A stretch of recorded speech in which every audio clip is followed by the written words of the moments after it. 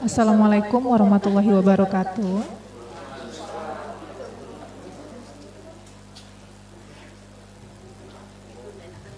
Yang terhormat, selamat siang Bapak Ibu semuanya.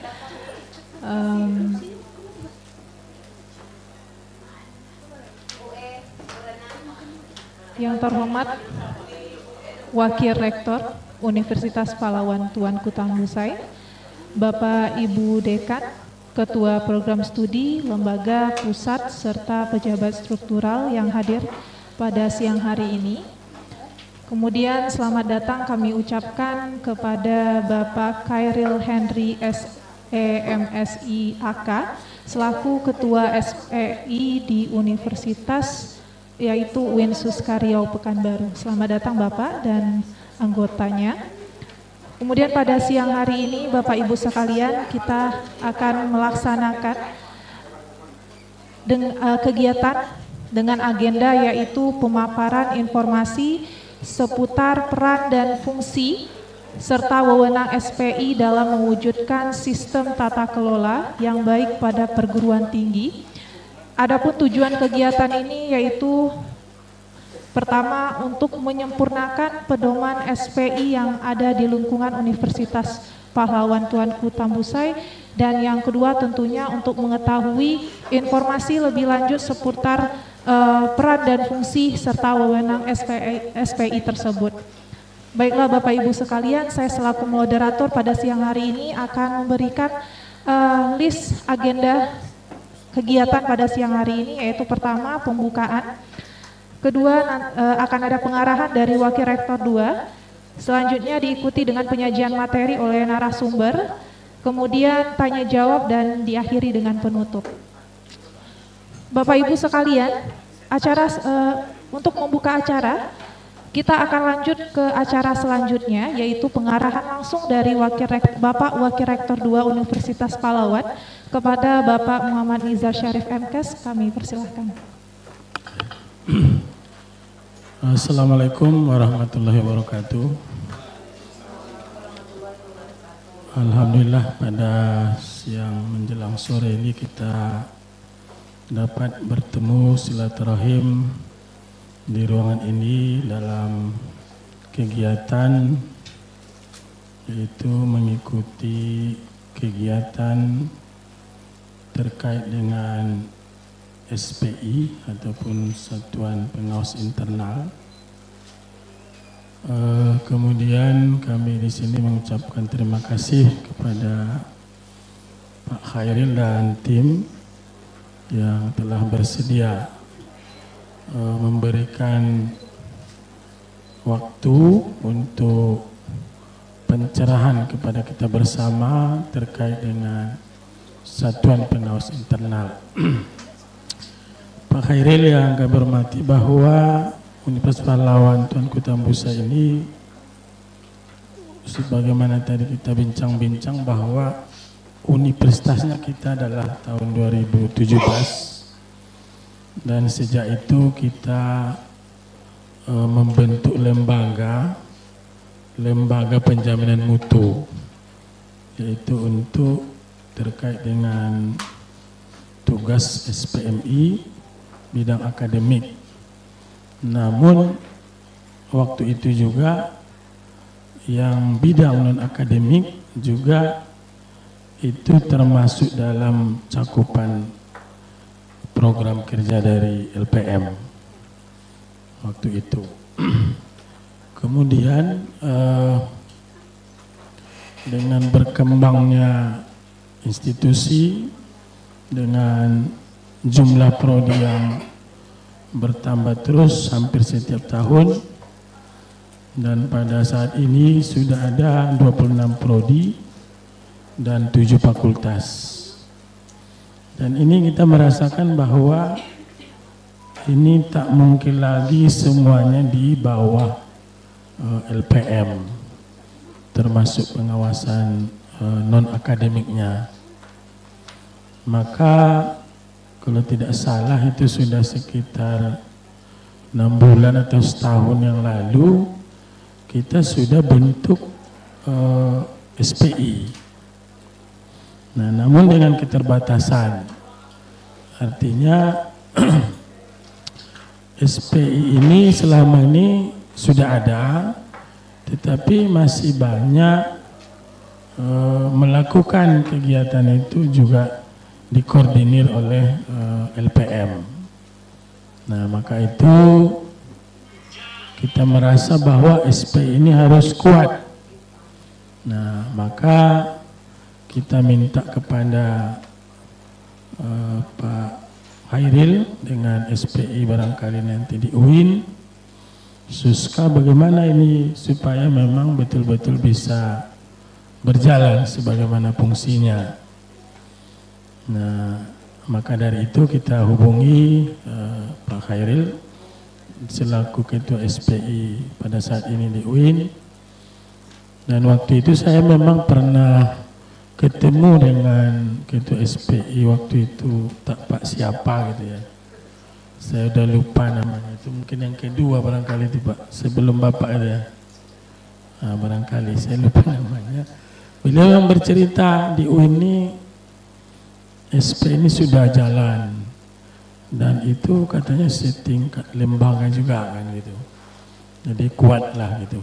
Jadi maka kami ingin bekerja sama juga barangkali nanti minta kesediaan Pak Khairil sampai barangkali dokumen-dokumen yang diperlukan untuk itu, sehingga nanti kita bisa berjalan dengan penjaminan mutu yang baik dan berkelanjutan, yang mana selama ini adalah bidang akademiknya dikelola oleh LPM, Lembaga Penjaminan Mutu, dan non-akademiknya oleh SPI.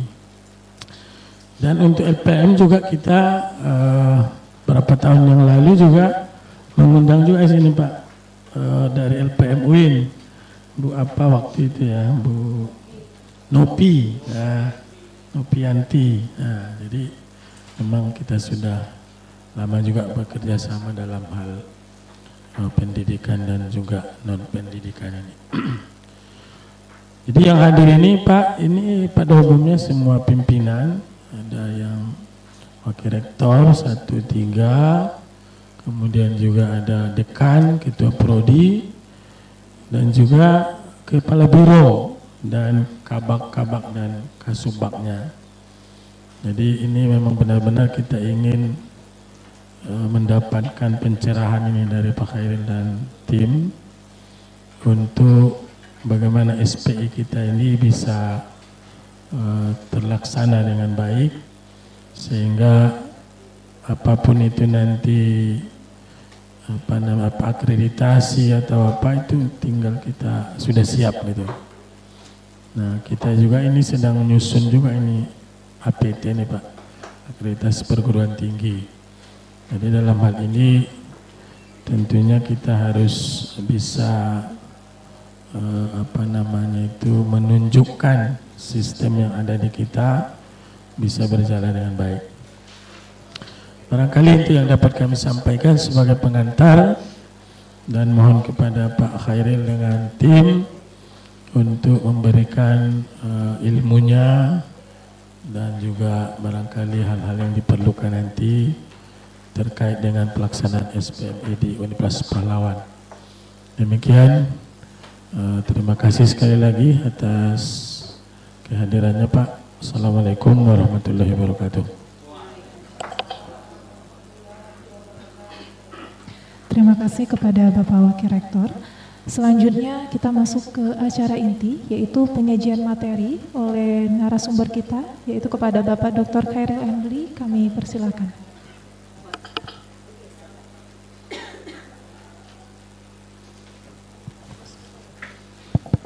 Bismillahirrahmanirrahim. Assalamualaikum warahmatullahi wabarakatuh. Alhamdulillahirabbil alamin wassalatu wassalamu ala asrofil anbiya'i wal mursalin wa ala alihi washabihi ajmain. Amma ba'du. Yang kami hormati Bapak Muhammad Dizar selaku WR2, yang kami hormati para dekan, biro, kabak, ketua prodi yang tidak bisa kami sebutkan seluruhnya. Baiklah, alhamdulillah kita bisa bertemu pada siang hari ini. Sebelumnya kami mengucapkan terima kasih atas undangan yang diberikan kepada kami SPI Suskaryau untuk bisa memberikan sedikit, mungkin kalau dikatakan pencerahan terlalu ini mungkin kita sharing lah. Jadi kita bisa, karena sepertinya SPI itu kita selama di dalam SPI itu kita belajar terus dan kita tidak bisa jumut dengan apa yang sudah kita ketahui karena peraturan itu pun cepat sekali berubah. Baiklah, sebenarnya di sini saya tidak sendiri, bapak-bapak, ibu-ibu. Jadi kalau bisa dibilang itu SPI itu sebenarnya adalah kaca spionnya rektor. Jadi ketika rektor ingin membuat kebijakan, konsultasi dulu sama SPI apakah ini melanggar apa tidak. Nah, jadi dalam hal ini saya pun juga punya spion. Nah, saya di sini dibantu sama sekretaris saya, Pak Ismu namanya. Alhamdulillah, ya kena intensitas tanggung jawab yang begitu besar. Terkadang mungkin saya bisa juga mengambil suatu kebijakan yang di luar seharusnya, karena memang tekanan untuk SP itu terlalu besar ya. Maka di sini mungkin sekretaris saya yang membantu mengarahkan kembali agar, karena kondisi beliau mungkin sedikit lebih stabil. Saya setiap saat harus ditelepon dengan BPK, sama Irjen, sama Kemenak, sama BPKP, kadang-kadang sama kepolisian, sama Kejati. Nah, di sini terkadang memang harus diperlukan pendamping lah supaya jangan sampai nanti kita terlalu ini sehingga salah dalam mengambil keputusan. Baik, kita langsung aja nanti bisa kira-kira kita bisa sharing apa yang sudah kita lakukan untuk UIN. Ya, kalau misalnya benar tadi yang dikatakan oleh Pak WR, kalau LPM itu fokus kepada akademik, kami fokus kepada non akademik. Jadi kami lebih banyak koordinasi ke Biro AUPK dan mungkin sedikit ke Biro AKK, bukan tidak ada sama sekali. Dan memang kita harus mendampingi LPM, karena LPM itu juga bekerja dalam tekanan yang tinggi juga. Itu bisa saya rasakan. Nah, sehingga terkadang ada hal-hal dalam pertanggungjawaban keuangan yang mungkin kurang semestinya yang akhirnya menimbulkan permasalahan, dan SPI di situ harus bisa membantu LPM agar jangan menjadi permasalahan. Oke, kita lanjut aja bapak-bapak, ibu-ibu. Jadi kami sebenarnya SPI itu karena kami negeri,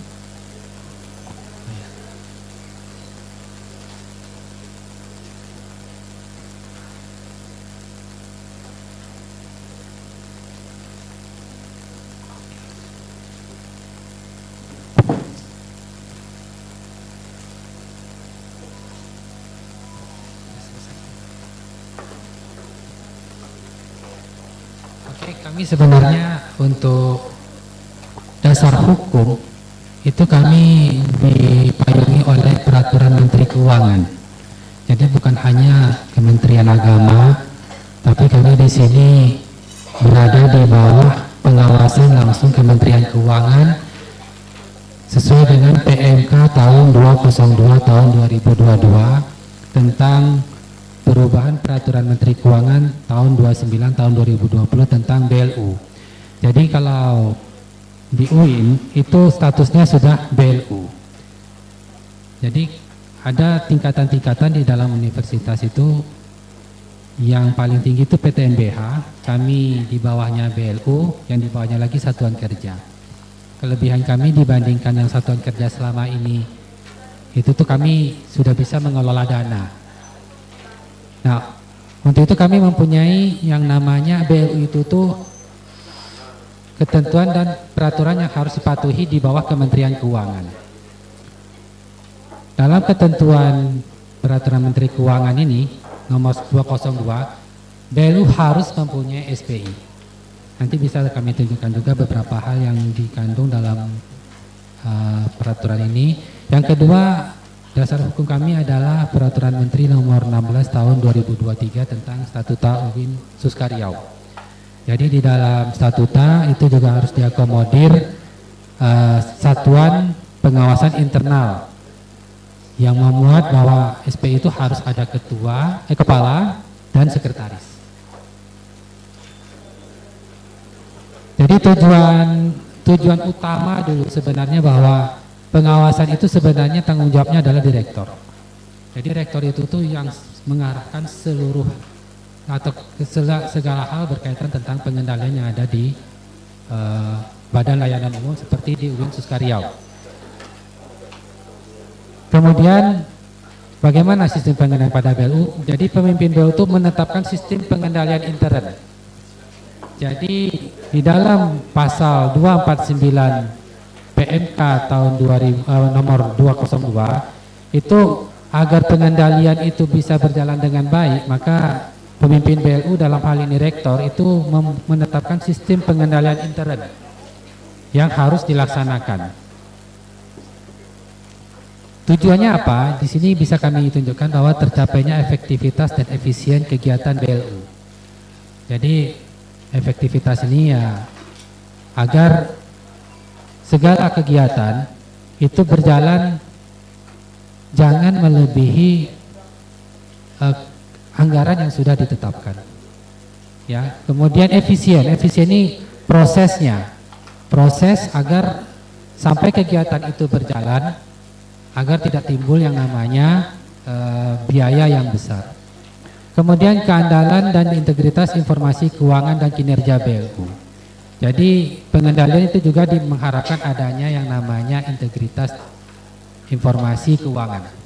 Kemudian ada pengamanan aset BLU, ini penting ya Bapak Ibu sekalian. Kemudian ketaatan terhadap peraturan perundang-undangan. Jadi segala sistem pengendalian ini semuanya berada di rektor. Nah, akan tetapi dengan kesibukannya sendiri, maka rektor juga tidak seluruhnya mengetahui ini.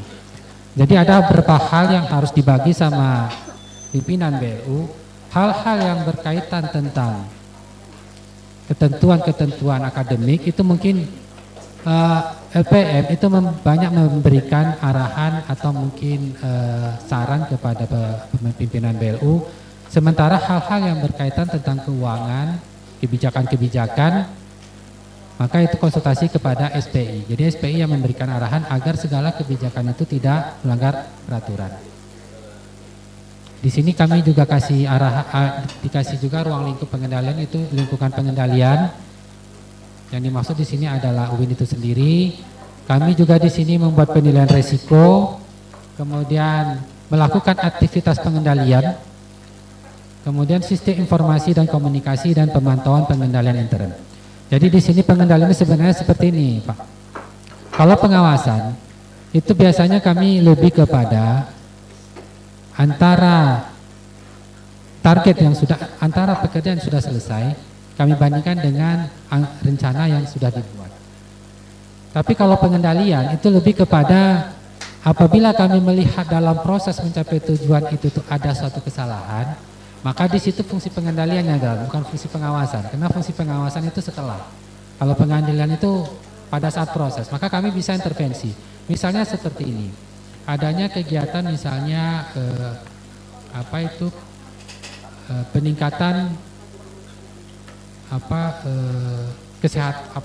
kesehatan karyawan lah gitu.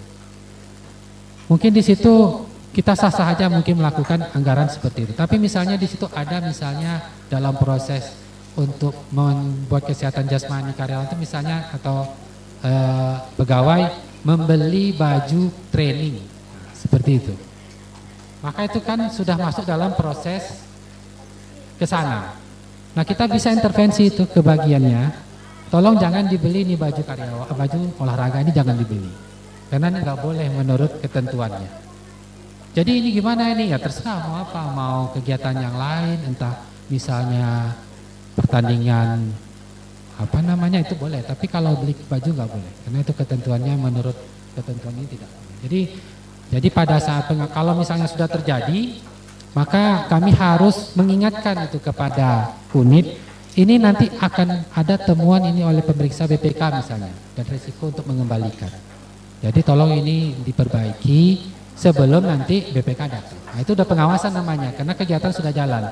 Tapi ketika dia belum jalan, kami harus kasih warning, ini berbahaya, jangan dilaksanakan.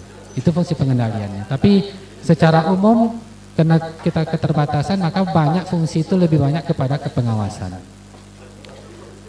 Di sini kami lanjutkan lagi dasar hukum pembentukan SPI sesuai dengan PMK tahun nomor 202 itu memastikan efektivitas sistem pengendalian intern sebagaimana dimaksud pasal 249. Pemimpin BLU membentuk SPI.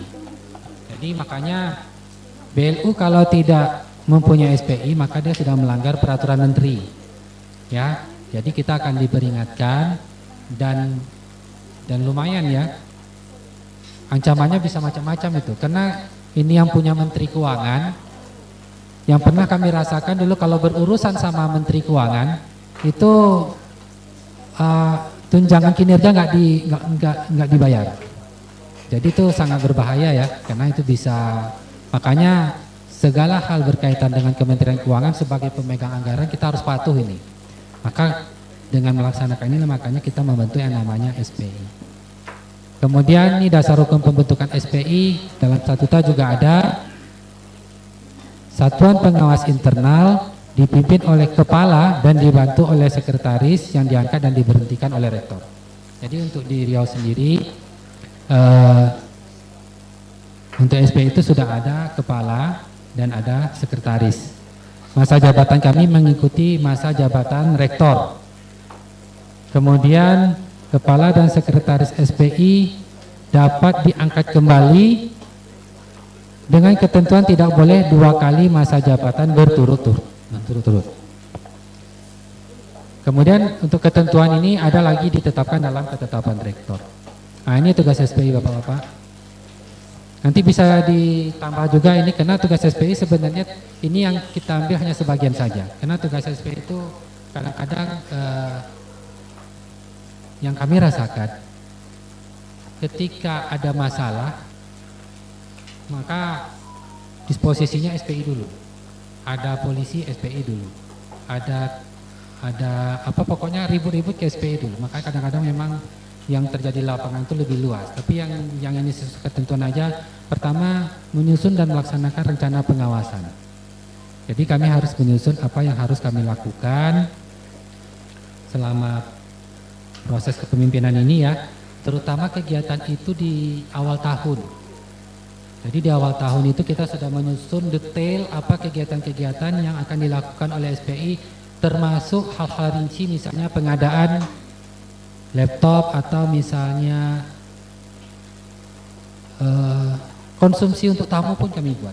Jadi detail dan kegiatan-kegiatan misalnya pemeriksaan-pemeriksaan sampai ke tingkat fakultas.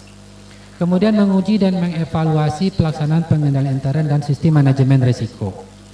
Jadi kami harus menganalisa semua kegiatan yang prinsipnya itu semua hal itu pasti ada risikonya. Jadi harus dianalisa apakah suatu kegiatan itu mempunyai tingkat risiko tinggi atau rendah. Jadi dalam hal ini nanti saya banyak ini meminta bantuan kepada Pak Sekretaris saya nih, yang menganalisa seluruh resiko yang ada di seluruh UIN itu, apa saja. Kemudian melakukan pemeriksaan dan penilaian atas efisiensi dan efektivitas bidang keuangan, akuntansi, operasional, sumber daya manusia, pemasaran, teknologi informasi, dan kegiatan. Baik, di sini yang kami lakukan, itu kami langsung terjun dalam memeriksa apakah kegiatan itu benar-benar dilaksanakan.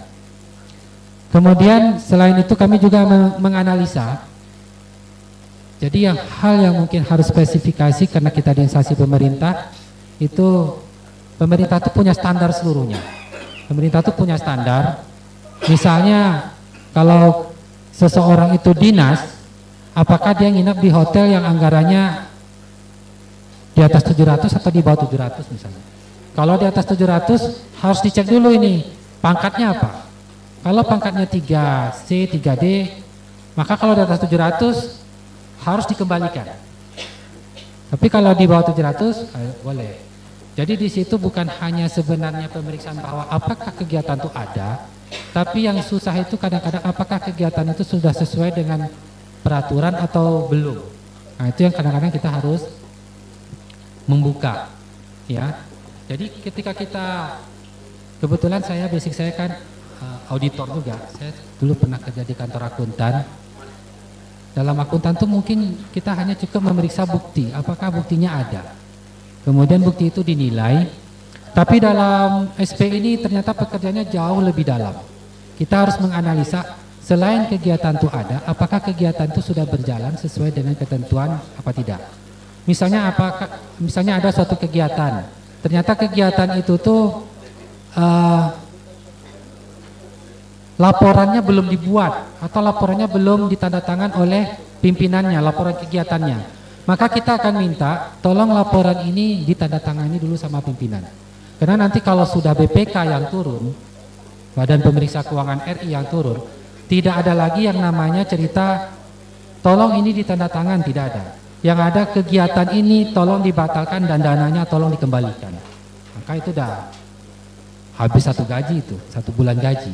Makanya kami di situ bertindak sebagai bumper agar kegiatan yang sudah dijalankan ketika nanti diperiksa oleh pihak yang lebih tinggi daripada kita itu tidak jadi temuan. Karena kalau jadi temuan yang susah itu adalah tindak lanjutnya, mengembalikan dana atas kegiatan yang sudah berjalan.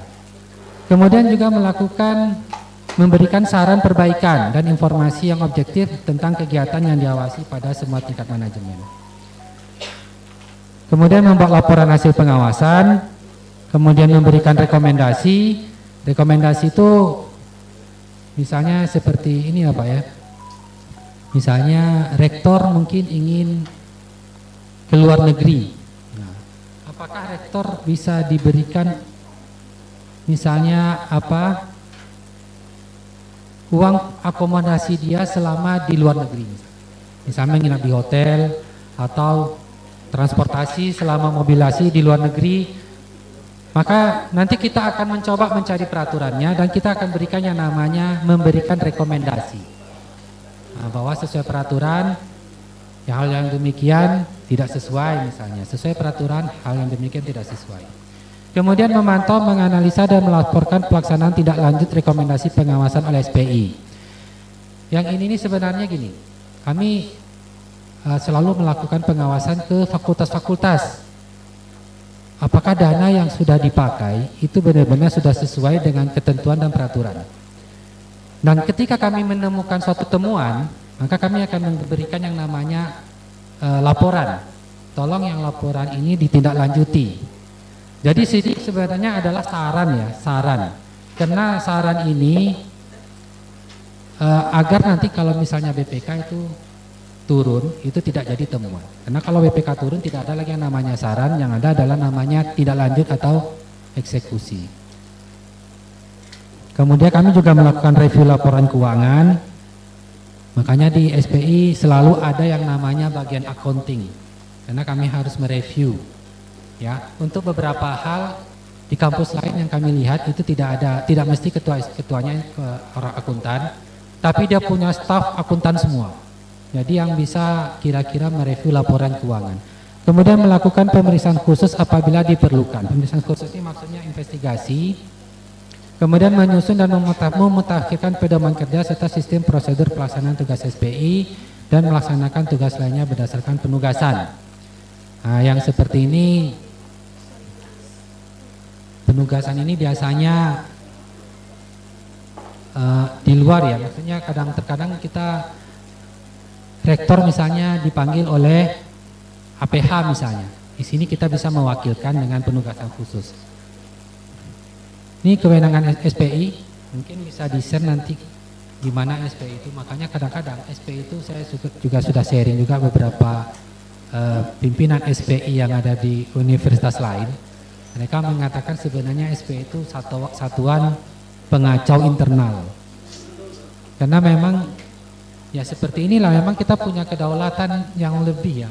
Kalau dibilang istilah jurisdiksi lah. Kita ini mendapatkan akses terhadap seluruh dokumen, pencatatan, sumber daya manusia, dan fisik aset BLU serta pada sebagian unit dan unit kerja lainnya. Jadi kita tidak punya akses yang dibatasi. Kita punya akses itu tuh penuh terhadap seluruh kegiatan yang ada. Ya. Jadi ketika ada kegiatan, mungkin ada bagian kepegawaian menutup-nutupi lah. Saya bilang buka, karena yang itu harus kami ketahui.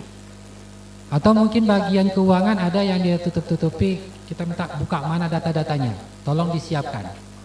Jadi memang kita mempunyai akses yang luas ya, tidak terbatas. Kemudian melakukan komunikasi langsung dengan pimpinan BLU dan Dewan Pengawas. Jadi mungkin nanti disesuaikan saja. Bahwa kami dalam segala hal yang berkaitan dengan adanya ketidaksesuaian, kami itu langsung kepada pimpinan BLU, dalam hal ini rektor. Ya, jadi kadang-kadang tidak melalui WR juga nih Pak. Karena kadang-kadang ada juga yang harus langsung rektor yang membuat kebijakan itu tuh diperbaiki. Kemudian selain kepada rektor, di BLU itu ada yang namanya Dewan Pengawas. Jadi UIN itu mempunyai Dewan Pengawas. Ketuanya itu adalah pimpinan-pimpinan puncak di Kementerian Agama di Jakarta. Ada 2 anggota, anggotanya itu tuh bisa kanwil pajak, bisa kanwil bea cukai, dan bisa juga satu lagi tokoh masyarakat. UIN saat ini untuk dari tokoh masyarakat itu oleh Profesor Adolf Bastian. Kemudian mengadakan rapat secara berkala dan insidental dengan pimpinan BLU. Jadi kalau misalnya kita perlu rapat mendadak, SPI itu bisa mengusulkan. Misalnya Dewan Pengawas ingin kita Zoom langsung itu. Kita koordinasikan secepat mungkin agar keinginan Dewan Pengawas itu terkabul. Kemudian melakukan koordinasi dengan aparat pengawasan intern pemerintah dan aparat pemeriksa ekstern pemerintah. Nah, jadi di sini bisa kami jelaskan bahwa SPI itu menghadapi gempuran dari 2 unit ini nih, audit intern pemerintah dan aparat pemeriksa ekstern. Jadi yang saya rasakan pemeriksaan itu nggak pernah putus-putus gitu. Besok yang datang BPK, besoknya yang datang lagi Itjen. Hari ini yang kami alami, tadi pagi saya dapat Itjen datang dan langsung memeriksa saya, tapi saya langsung kena ada janji, makanya saya tinggal aja. Kemudian nanti yang datang itu juga dari kantor akuntan publik. Jadi kantor akuntan publik itu dia mempunyai kewajiban oleh pemerintah untuk mengaudit yang namanya BLU. Dan yang terakhir kami juga diawasi oleh BPKP. Jadi BPKP itu mempunyai tanggung jawab untuk mengukur kinerja kita. Sudah sampai seberapa jauh UIN mencapai target-target kedewasaan. Kalau istilahnya maturity rating, kalau kami istilahnya ya. Jadi kami dianalisa apakah kami sudah mengalami proses yang dewasa gitu. Dan memang ini agak susah sedikit. Kemudian mendampingi aparat pengawasan intern atau aparat pemeriksa ekstern pemerintah dalam melakukan pengawasan. Jadi ketika pemeriksa-pemeriksa ini datang ke kampus kami, maka kamilah yang harus menjamunya. Jadi dia akan minta itu koordinasi, Pak tolong siapkan data kepegawaian dan gaji-gaji yang dibayar, maka kita yang datang ke kepegawaian.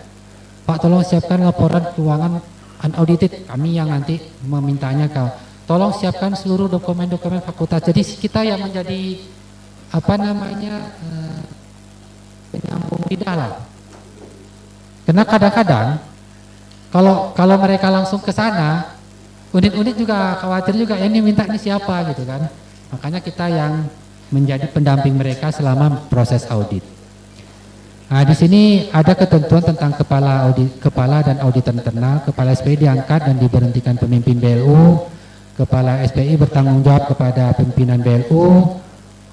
Auditor internal SPI bertanggung jawab kepada kepala SPI. Jadi saya tidak sendiri, ada staf di bawah yang mempunyai bidangnya masing-masing. Ada yang paham tentang hukum, ada yang paham tentang aset, ada yang paham tentang laporan keuangan, ada yang paham tentang apa namanya ini bangunan. Jadi bangunan ini udah berapa persen? Itu ada tim saya. Kemudian auditor intern SPI dilarang merangkap jabatan. Jadi SPI dilarang merangkap jabatan itu untuk verifikator keuangan. Jadi di keuangan itu ada verifikator, nggak boleh SPI yang memverifikasi. Kenapa? Jadi sebenarnya SPI pun diverifikasi. Pengalaman saya misalnya seperti ini ya, ketika dapat tugas ke Jakarta, maka mungkin rektor dia bisa menginap di hotel yang mahal gitu. Maka nanti saya pun akan bayar tuh hotel saya tuh mungkin yang paling murahnya 800.000. Maka mungkin saya juga harus memberikan contoh, misalnya gini, ketika hotel itu 800.000 saya harus klaim cuma 700. Karena kalau nanti saya buat 800, mungkin verifikator mungkin akan diloloskan aja. Karena ini SPI ini yang minta gitu kan. Tapi ya kita harus tahu juga verifikator tidak juga bodoh. Pak, Bapak ini klaimnya 800 ya? Iya. Kami ACC? Iya. Pak, bisa nggak buat surat pertanggungjawaban? Nah, itu kan kita juga beban juga kita kan. Makanya kita juga dari awal harus memberikan contoh. Kemudian SPI juga tidak boleh melakukan persetujuan pembayaran. Kemudian SPI juga tidak boleh fungsi-fungsi bendahara. Jadi ya kalau bendahara SPI ya nanti sah-sah aja kan, kita kan mengawasi. Kemudian persatuan kepala SPI, tapi ini tidak apa ya, ada hal apa itu yang bisa dikecualikan. Kepala SPI harus memiliki keahlian memadai mengenai audit. Keahlian di atas merupakan keahlian diakui dalam profesi auditor intern dengan mendapatkan sertifikasi profesi yang sesuai. Dalam hal sertifikasi profesi belum dapat memenuhi, dapat diganti dengan persyaratan memiliki pengalaman sebagai auditor. Jadi Bapak-bapak, ketika saya masuk SPI, itu saya tidak punya sertifikasi yang namanya sertifikasi profesi internal audit. Karena ini untuk sekolah ke sana mahal. Makanya saya ketika ditunjuk menjadi kepala SPI itu saya punya pengalaman saja. Jadi bukan pengalaman bersertifikat ya. Dulu pernah menjadi auditor eksternal, pernah menjadi internal auditor, itu yang saya apakan. Tapi dalam prosesnya saya harus tetap mengejar sertifikasi. Karena ketentuannya seperti itu. Kemudian memiliki pengetahuan terkait akuntansi dan keuangan. Nah, sekali lagi ini tidak mesti apa? Tidak mesti seorang akuntan. Di kampus lain itu ada SH, sarjana hukum, tapi dia punya sertifikasi sebagai internal auditor. Kemudian persyaratan auditor internal SPI memiliki integritas, memiliki pengetahuan tentang undang-undang. Perlu kami sampaikan juga bahwa SPI itu harus agile, harus gimana ya, fleksibel lah. Kita harus tahu kita hal-hal yang berkaitan dengan perubahan undang-undang. Jadi kita nggak bisa jumut, wah ini ada peraturannya. Terkadang memang kita diingatkan juga oleh beberapa unit, Pak ini ada peraturan yang baru Pak, seperti itu ada. Kemudian memiliki kecakapan dan berinteraksi berkomunikasi baik lisan maupun tertulis secara efektif. Kemudian bersedia mematuhi standar profesi, menjaga kerahasiaan. Karena di SPI itu banyak kali rahasia ya, rahasia apapun kita harus keep, jangan sampai bocor. Kemudian memahami prinsip tata kelola yang baik dan manajemen risiko serta bersedia meningkatkan pengetahuan dan keahlian. Selama ini SPI itu selalu ikut pelatihan, tapi zaman Prabowo ini anggaran-anggaran seperti itu udah mulai dihapus. Ya, jadi udah mulai dihapus. Penghematan habis-habisan. Yang terakhir sebelum saya nanti serahkan kepada sekretaris saya, di sini ada SPI itu sebelum bekerja harus membuat dulu namanya piagam pengawasan intern. Yang di sini yang saya kutip di sini adalah yang di PMK 202. Kebetulan saya juga adalah dosen pengampu internal audit. Sebenarnya SPI itu tetap harus punya piagam, tapi versinya beda-beda. Tapi intinya di sini sudah mencakup ya. Ada di situ struktur dan kedudukan SPI, tanggung jawab dan tugas SPI, kemudian wewenang SPI.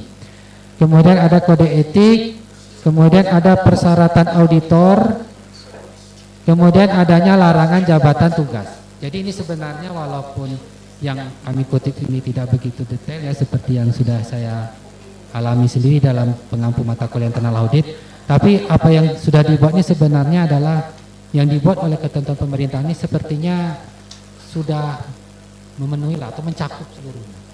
Ini yang harus kita lakukan. Kenapa? Karena SPI kalau nggak ada piagam itu dia nggak punya undang-undang untuk bertindak. Jadi ini adalah apa ibaratnya spion kami juga dalam bekerja. Kemudian nanti di sini ada yang perlu harus kita seperti tadi Pak WR2 selama ini dihandle oleh LPM ya. Ya memang seharusnya fungsi itu tidak sama. Jadi LPM pekerjaannya pun sudah banyak, akademik itu banyak.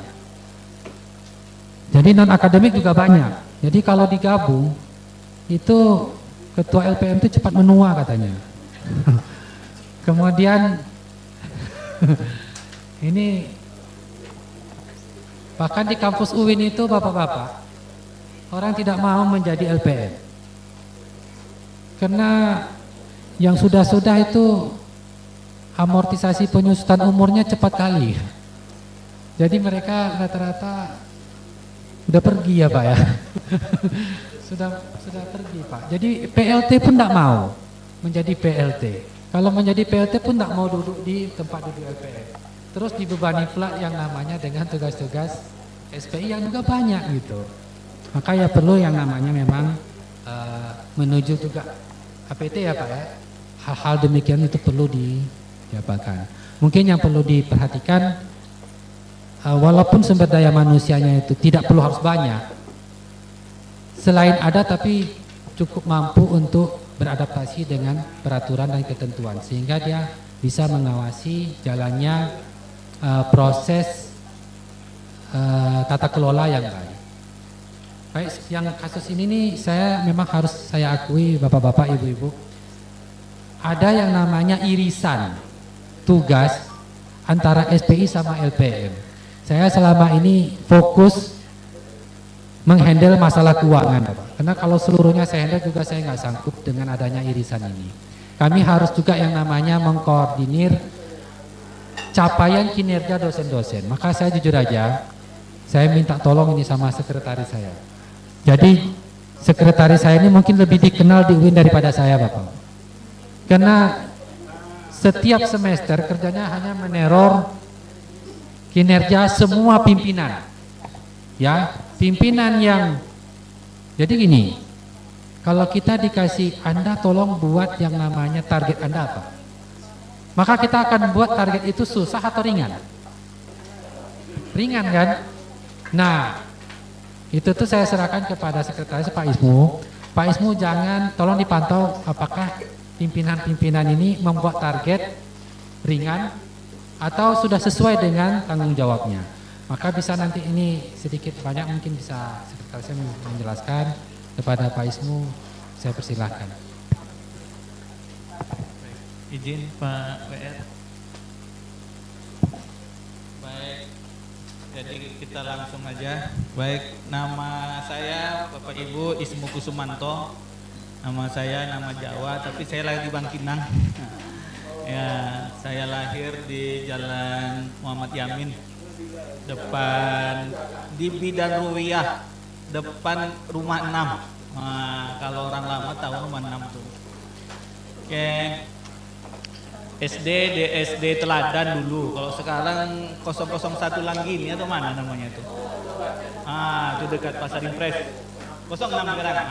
06. Cuman SMA, SMP saya diminta orang tua ke Jawa, ke Solo, masuk pondok pesantren karena di SD ada banyak pacar.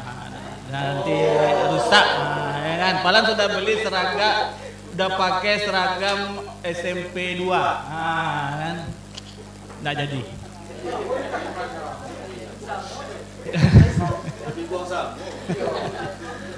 Baik Bapak Ibu, jadi tadi Pak Heri udah bercerita panjang lebar. Saya sekarang langsung ini yang kita kerjain. Kan begitu. Tadi Pak WR bilang langsung aja to the point, kalau perlu laporan-laporannya kasih, ya kan? Ini yang kami kerjakan. Yang pertama berkaitan skupnya personal, individu. Jadi Bapak Ibu, kalau kita itu kinerja harus dibuat sebuah kontrak. Mulai dari rektor sampai dosen, mulai dari biro sampai pegawai bawah. Apa kontrak kinerja? Nggak sampai, macam-macam. Itu aja lagi gaji pasti dibayar. Tapi yang lain bisa jadi nggak dibayar. Kalau kontraknya tidak memenuhi. Makanya di awal bagian perencanaan untuk personal kinerja SDM kita buat semuanya di awal tahun perjanjian kinerja. Kita audit. Kalau sesuai bayarnya. Tidak sesuai potong. Jangan ada dibayar. Potong sedikit. Ingat Bapak Ibu, tak ada di dunia ini, terutama di Indonesia Raya ini, yang kalah 06 tuh. Jangan silat sedikit. Itu tuh yang tahan tunjangannya dipotong, walaupun cuma 50.000. Itu gara-gara dipotong meledak. Oleh sebab itu Pak WR 2 enak. Kalau nggak mau dipotong, kerja baik. Penuhi target. Kalau ada staf admin itu membuat surat 100 satu hari, upah cuma bisa 220. Lambatkan tuh. Berarti tidak sesuai target. Potong. Kalau nggak cair. Pokok mahasiswa, gue ke surat. Nggak perlu dota apalah, gue surat. Sehingga target tercapai. Dosen semua darah. Dosen wajib punya jurnal. Nggak buat, selesai. Makanya di UIN walaupun berantakan kayak gitu, itu untuk PT KIN masih ranking 5. Gara-gara apa? Terpaksa semua dosen buat jurnal. Tak buat jurnal, tak dibayar lah. Jangan coba-coba. Gitu. Jangan coba-coba. Nah itu kita buat di perjanjian kinerja. Terakhir akan dibuat laporan capaian kinerja semua SDM. Bapak Ibu, bahkan kalau di beberapa universitas kebetulan pula di UI Jogja itu rektor kawan. Kebetulan dia jadi rektor, awak jadi gini kan. Itu dia sampai bisa membuat sebuah dashboard. Dilihat kemudian di HP-nya berapa hari ini capaian kinerja semua sivitas rata-rata. Terpantau, bisa dibuat per individu, bisa langsung ditunjukkannya. Cari siapa? KS, nama siapa sih? Kerjanya berapa? Langsung terpantau. Jadi evaluasi dan analisis itu bisa kita masukkan di dalam dashboard yang relevan. Bisa terpantau. Nah, kalau seperti ini Bapak Ibu, kita enak menentukan target. Tiap tahun target dinaikkan, ya. Dulu awal-awal di UIN itu yang penting buat jurnal sebagai pendamping minimal. Kemudian kita naikkan, boleh jurnal tapi Scopus Cinta, walaupun Cinta 5 atau Cinta 6, boleh sebagai pendamping. Besok kita naikkan lagi, boleh Sinta 5, Sinta 6, tapi sebagai kedua utama. Besok kita lagi, ajak. Karena begini apa-apa Bu, kalau kemudian tidak ada target, pasti kita akan sulit mengendalikan. Dan capaian itu tuh nggak jelas. Kalau seperti ini, kita akan jelas. Nah, itu SPI yang menang. Kita akan lakukan audit kinerja SPI. Mulai dari wakil rektor sampai ke semua. Makanya Pak Heru sering berseloroh yang ngerjain pimpinan, yang membuat tugas-tugas pimpinan, coba Heru. Nah, yang itu. Jadi semua sampai dekan. Dekan ada cerita. Dekan maunya kemudian tidak ada. Kalau untuk dekan target saya itu bukan lagi Scopus, tapi paten. Jadi dekan wajib membuat sebuah penemuan paten. Tapi di awal tahun proposal dulu Pak. Bu, proposal dulu, gue proposal yang berpotensi paten. Nah, tahun kedua proposal sudah didiskusikan di LPM. LP2M, LPM. Yang ketiga apa gitu terus? Mau kita buat aja Bu. Nah, kan gitu. Nggak terpenuhi, jangan tadi wajar. Nah, itu Pak Heru. Nah, itu di kinerja SDM paling bawah. Kemudian baru yang di organisasi, kita mulai dari atas Bu, program dan anggaran. Jadi kadang-kadang kita buat RAB itu ndak ada pedomannya. Pedomannya harus restra. Kadang-kadang restra bicara apa, program bicara apa, anggaran bicara apa, nggak nyambung. Nggak nyambung sama sekali. Nah, sekarang kita sudah punya restra, semua program yang dibuat harus merujuk kepada restra. Anggaran mendukung program yang tersebut.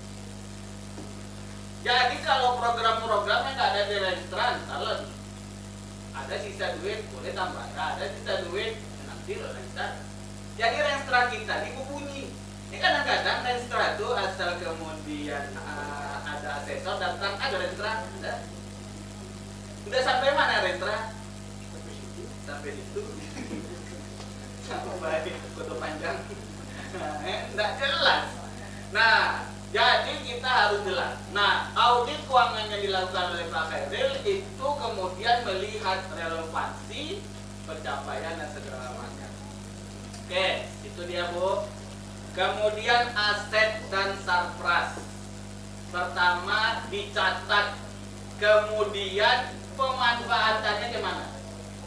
Ini banyak kita laporan dari dekan-dekan kekurangan ruangan untuk perkuliahan. Begitu kita cek jam 3, kelas kosong. Jam mana nih?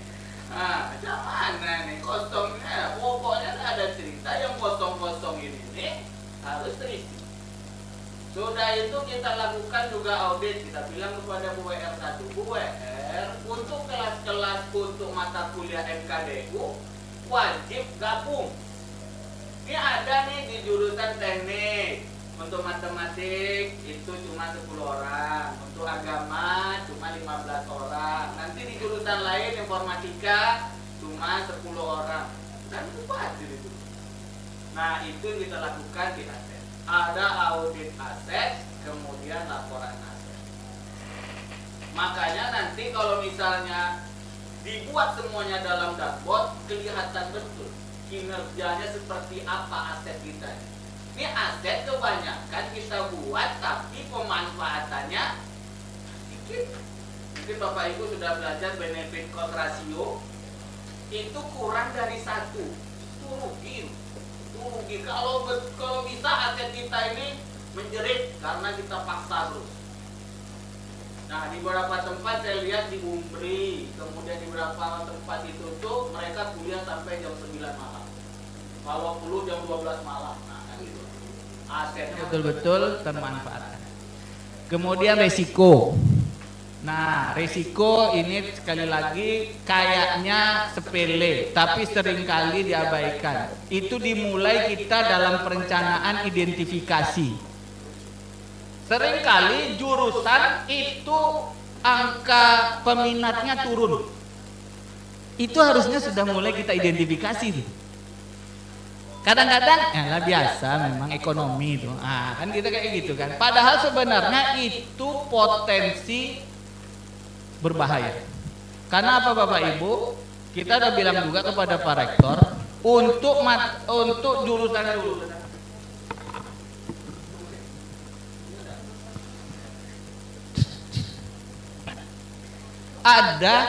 Ada jurusan sebagai penyumbang keuntungan, pendapatan, ada yang cost center.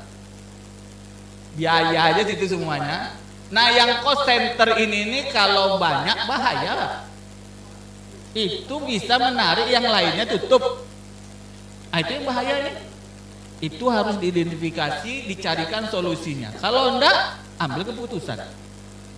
Begitu juga sarana yang lain. Makanya identifikasi itu paling penting, Pak. Ada nggak potensi-potensi risiko yang nanti berpeluang menyebabkan permasalahan di kemudian hari. Ini kadang-kadang kita ini sudah terjadi, sudah tidak bisa, baru kemudian kita ribut. Kemudian nanti akhirnya audit risiko, laporan manajemen risiko. Kemudian berikutnya penegakan regulasi, kepatuhan dan efektivitas. Seringkali kita buat aturan tapi tak efektif. Itu harus dianalisa, Bu. Jangan-jangan peraturan yang kita buat banyak menghambatnya daripada mendukung kinerja. Kalau yang seperti itu, batalkan, ganti, rubah. Kode etik, tapi ini karena sudah jam 4, cepat aja lah Pak ya. Nah, jadi Bapak Ibu, semua inilah yang kita kerjakan. Dan kita berharap sekarang lagi coba disusun akan ada dashboard sehingga pimpinan cukup melihat dari laptopnya, dari HP-nya sampai di mana sekarang posisi kinerja secara keseluruhan. Kalau kurang ya dicarikan solusi, kalau kemudian udah bagus berarti kita tingkatkan. Reward seringkali kita letakkan hanya pada hal-hal yang tidak ada dampaknya pada institusi. Itu yang jangan sampai terjadi. Kalau ini kita buat, maka reward itu bisa jauh lebih adil dan sesuai dengan target capaian. Baik, demikian yang bisa saya tambahkan dari paparan Pak Khairil. Mungkin kita lebih banyak nanti Pak Bu ke diskusi saja, sehingga kemudian kita bisa lebih banyak mendapatkan manfaat. Terima kasih ya. Assalamualaikum warahmatullahi wabarakatuh. Jadi demikianlah Bapak-Bapak ya. Jadi Pak Ismu lebih banyak kepada yang teknis untuk mencapai yang namanya target kinerja. Makanya beliau mungkin lebih dikenal sama dosen. Nanti ketika implementasinya Pak Ismu dikejar, baru Pak Ismu lempar ke saya. Nanti kalau tiba di saya panggil, ayo Pak kita ke rektor, kan enggak jadi. Sini aja lah Pak. Jadi memang harus saling tolong menolong. Karena kalau tidak ada sinkron, akan nanti semuanya. Jadi perlu kita ketahui, rektor itu dia nanda tangan janji itu di mana-mana. Sama Menteri Keuangan tanda tangan perjanjian kinerja Perkin. Sama Menteri Agama tanda tangan konkin, kontrak kinerja. Terus setelah tanda tangan, itu kami harus bisa menerjemahkan yang dijanjikan sama rektor ke pimpinan-pimpinan itu bagaimana aplikasinya di bawah. Misalnya gini, rektor ingin dibuat perjanjian akan menjadikan universitas bertaraf internasional. Itu kami harus cascading Pak, turunkan ke bawah. Apakah dekan itu nanti akan membuka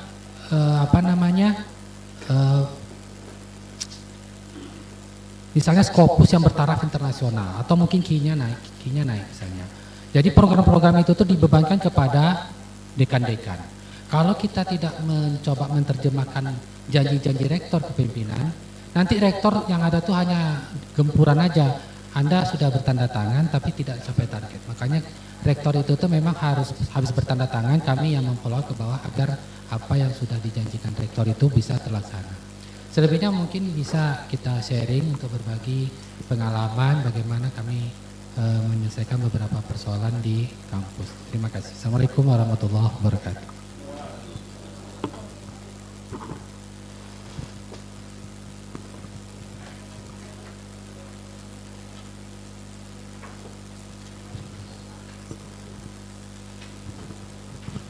Baik Bapak, terima kasih atas penyajian materinya.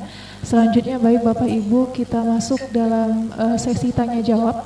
Kami beri kepada Bapak Ibu kesempatan untuk bertanya kepada narasumber kita pada siang hari ini.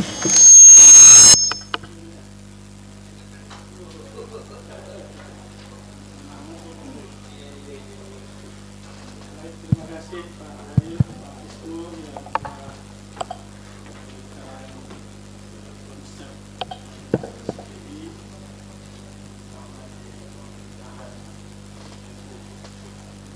Namun tentu sama swasta yang saya tanya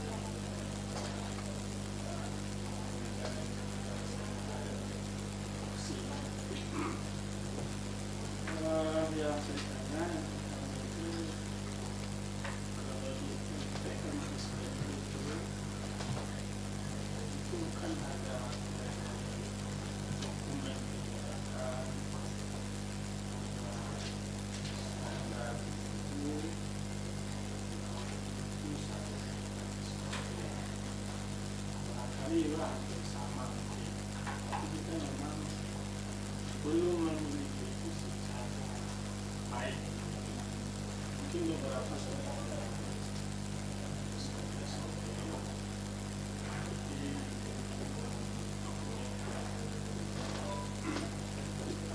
kita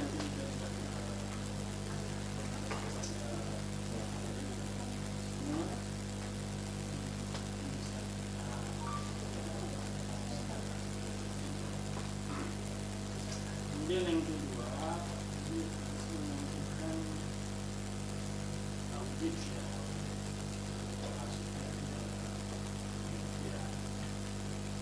Ini apakah tidak berkaitan terutama dengan pekerjaan di LPM, karena kan dia juga mengaudit juga nanti audit penelitian dosen, mungkin hanya bagian keuangannya. Kemudian yang ketiga, struktur organisasi SPI ini minimalis supaya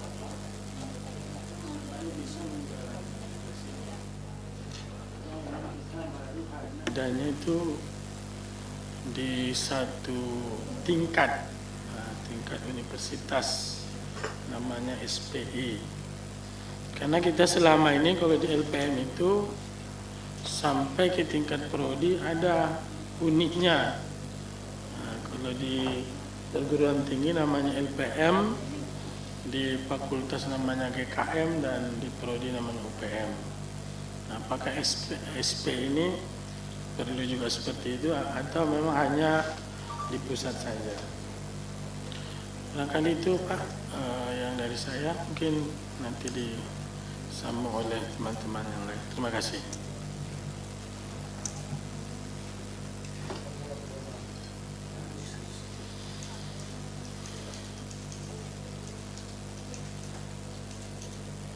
Ya, mana moderatornya?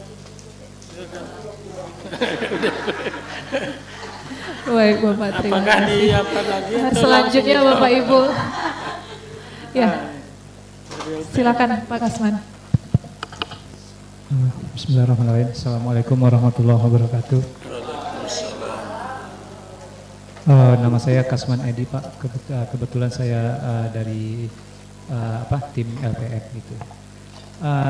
Sedikit yang ingin saya tanyakan, tupoksi atau perbedaan tupoksi itu sendiri dari LPN dengan SPI gitu. Apakah ada perbedaan yang mendasar biar nanti masing-masing tidak ada yang tumpang tindih begitu. Terus yang kedua, adakah bagian-bagian tertentu yang mungkin atau dimungkinkan ada tupoksi yang sedikit beririsan? Mungkin itu saja yang dari saya, Pak. Terima kasih. Assalamualaikum warahmatullahi wabarakatuh. Terima kasih Bapak. Selanjutnya mungkin ada pertanyaan. Ya, silakan Pak Norman.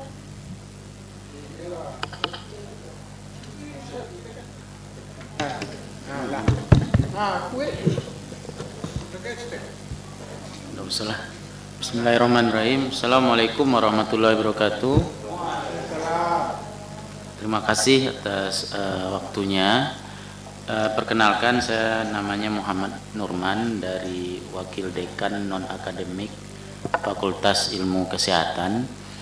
Yang ingin saya tanyakan di sini karena tadi sudah dijelaskan di awal kalau LPM itu membidangi tentang yang bagian akademik ya. Sedangkan ini SPI di bidang non-akademik. Kondisinya di Universitas Pahlawan ini di tingkat rektorat itu strukturnya tuh ada wakil rektor 1, 2, 3. Sementara di fakultas ini ada berbeda. Jadi wadeknya tuh langsung dinamakan wadek akademik dan wadek non akademik gitu. Nah, kebetulan ini terkait tadi SPI itu di bidang non akademik, di mana peran wadek non akademik di sini? Mungkin itu. Karena selama ini kami merasa koordinasi kerja kami itu dengan dekan kami gitu. Apakah nanti di rektorat tuh apa di bidang WR2 atau WR3 gitu Pak. Terima kasih Pak. Assalamualaikum warahmatullahi wabarakatuh. Assalamualaikum warahmatullahi wabarakatuh. Terima kasih Pak. Untuk sesi pertama kami cukupkan untuk 3 pertanyaan. Kepada Bapak kami persilakan untuk menjawab terkait pertama kebijakan, kemudian perbedaan tupoksi, dan terakhir tadi Pak Nurman menanyakan terkait peran wadek non akademik.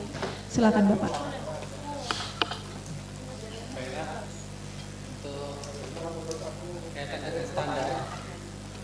Jadi standar itu yang sudah berjalan di UIN, yang saya ketahui itu standar itu diserahkan kepada kontraktor biar yang diubah itu betul-betul baku, yang sesuai dengan ISO. Jadi itu yang sudah kita jalankan, sehingga nanti ketika selesai standar dibuat SOP atau apa berkaitan nanti yang ada dari BM itu ketika nanti turun lembaga ISO, karena ini udah punya ISO, itu akan melihat ke sana itu, sehingga nanti bisa memenuhi ISO. Tapi ada juga beberapa hal tentang SOP atau standar itu bisa dikembangkan sendiri. Jadi misalnya seperti yang sudah itu misalnya SOP tentang pencairan dana, itu bagian keuangan itu harus men-searching mengembangkan kemampuannya bagaimana SOP dalam pencairan dana, mulai dari mulai dari anggaran itu diambil dari aplikasi, kemudian dieksekusi, kemudian nanti diverifikasi sampai dicairkan. Nah itu tuh memang terkadang itu nggak bisa diserahkan ke orang lain karena sifatnya sangat teknis. Untuk di WIN sendiri itu tuh ada 2 aplikasi yang dipakai, pertama aplikasi Sakti punya pemerintah, kemudian ada aplikasi FP yang punya WIN sendiri. Nah itu tuh ada mekanismenya sehingga bagian keuangan harus membuat SOP-nya, sehingga nanti ketika ditanya oleh pemeriksa itu kita bisa tunjukkan ini SOP-nya. Jadi SOP itu juga berkelanjutan di bukunya masing-masing. Adapun yang sifatnya penting misalnya berkaitan dengan LPM itu yang saya tangkap selama ini seperti itu. Ya kita bisa mengejar. Apakah bisa didapatkan? Ya memang kami pun mintanya juga susah Pak. Jadi kalau tidak mempunyai kewenangan yang seperti saya bilang tadi itu LPM itu juga karena seolah-olah gini, LPM juga berkuasa gitu. Jadi kita sebenarnya bukan sudah nggak berkuasa ya. Tapi yang jelas kita ketika kita diperiksa kita bisa menjelaskan atau memaparkan apakah punya SOP punya, apakah punya standar punya. Nah, sehingga yang kami lakukan dan kami sarankan kepada LPM, beri kami penjelasan sebelum pemeriksa datang ke Anda, biarlah kami yang handle dulu. Seperti itu. Jadi mungkin kalau mendapatkannya mungkin ya kerjasama lah ya, bagaimana mewujudnya atau mungkin sharing bagaimana mekanisme pembuatan. Kemudian penelitian apakah di audit LPM atau jadi gini, kami nggak tahu juga bagaimana ini ya, bagaimana LPM tempat ini jabatannya. Tapi kalau di UIT memang kami sudah fokus, misalnya seperti ini. LPM itu mempunyai satu kegiatan yang menggunakan anggaran. Kami memang fokusnya di keuangan. Ternyata dalam kegiatan itu datang surat bahwa LPM harus melaporkan kegiatannya. Nah itu biasanya LPM itu minta tolong Pak SPI, tolong kawankan saya ke Itjen Jakarta untuk menjawab semua pertanyaan pemeriksa. Jadi perlu kita ketahui juga, pemeriksa itu terkadang bukan pula orang yang ngerti akademik. Jadi disitulah kita beradu argumen agar yang namanya temuan itu jangan sampai ada. Bukannya kita menghilangkan namanya kesalahan ya, tapi memang kadang-kadang kebijakan itu tuh sudah dilaksanakan sesuai sebagaimana mestinya, tapi pemahaman orang itu berbeda. Disinilah yang kami katakan, kami hanya fokus di keuangan. Adapun detail masalah kegiatan itu tentang akademik kami nggak tahu. Jadi kalau misalnya pemeriksa pun biasanya bukan orang akademik. Jadi kami memang harus membantu karena yang akademik itu dia ini ya, kita harus punya mental pemeriksa juga ketika kita diperiksa. Karena kalau tidak pemeriksa itu seperti raja apa, jadi dia bisa mempreser jadi temuan. Jadi kita misalnya, oke, ini temuan, tolong ditanda tangan. Kan itu kalau sudah takut tanda tangan kan jadi resiko. Makanya biasanya saya ngadu, Pak ini maksudnya tanda tangan apa? Kalau ini sudah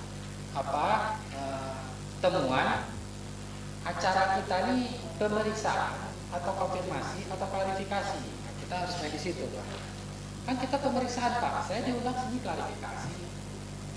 Jadi nggak bisa kalau seperti itu, berarti ubah dulu undangannya. Ke Jakarta ini, pokoknya jangan lari-lari lah, biar jangan sampai yang sudah payah-payah dilakukan oleh teman. Jadi kami hanya fokus di keuangan. Adapun bagaimana teknik pelaksanaan mengundang narasumber, kegiatan yang ini, materinya ini kami nggak bisa masuk. Jadi kami fokus di keuangan. Dan di seluruh keuangan, apa saja di keuangan kami, termasuk di kepegawaian kami. Tapi kalau sudah akademik, kami serahkan. Kemudian struktur organisasi di sini bisa saya tunjukkan untuk yang ada di sini.